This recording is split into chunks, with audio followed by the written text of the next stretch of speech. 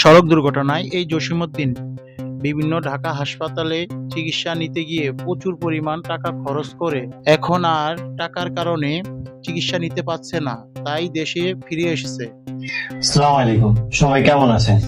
আজকে আপনাদের থেকে একটু সহযোগিতা চাচ্ছি আমরা। কেন সহযোগিতা চাচ্ছি তা আমার এই ভাই থেকে শুনবেন। ভাই, আপনার নাম?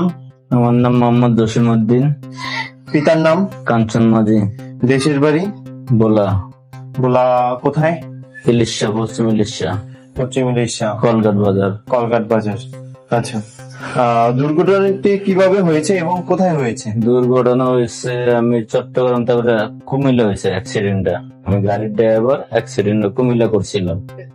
ওইখান থেকে আমি নিয়ে এসে ঢাকা পঙ্গু হাসপাতালে চিকিৎসা করাইছি। পরে 9 মাস ধরে পড়ে আসছিলাম চিকিৎসাতে। 9 মাস ধরে আমার অনেক কিছু গেছে গা, আমার জায়গা গেছে, জমিন গেছে, সব গেছে গা। চিকিৎসার করাইতে পারতাছি না অর্থর লেগা। তখন সামনে একটা অপারেশন আছে, আমার মেলা টাকার দরকার, আমার সবাই মিলে সাহায্য করেন। আমার চিকিৎসার জন্য মেলা টাকার দরকার। আপনাদের কাছে আমি হাত বাড়াইছি, সবাই মিলে আমার একটু হেল্প করেন।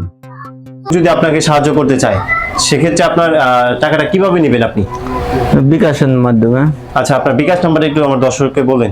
01741473658 বিকাশ নাম্বার পার্সোনাল। এটা আমার ভাইয়ের বিকাশ নাম্বার।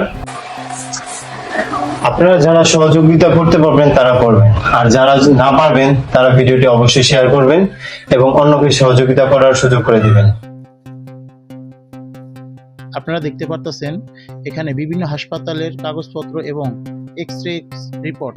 ডাক্তার বলছে খুব শীঘ্রই অপারেশন করতে হবে পাটি। দেরি করলে পাটি শরীর থেকে বিচ্ছিন্ন করা লাগবে। টাকা প্রয়োজন 2 থেকে 3 লক্ষ টাকা। এই পরিমাণ জসিমউদ্দিনের হাতে টাকা না থাকায় চিকিৎসা নিতে পারছে না। বিত্তমানদেরকে অনুরোধ করছি যে তার পাশে দাঁড়ানোর জন্য। ধন্যবাদ। মানুষ মানুষের জন্যে, জীবন জীবনের জন্যে একটু সহানুভূতি কি মানুষ পেতে পারে না ও বন্ধু?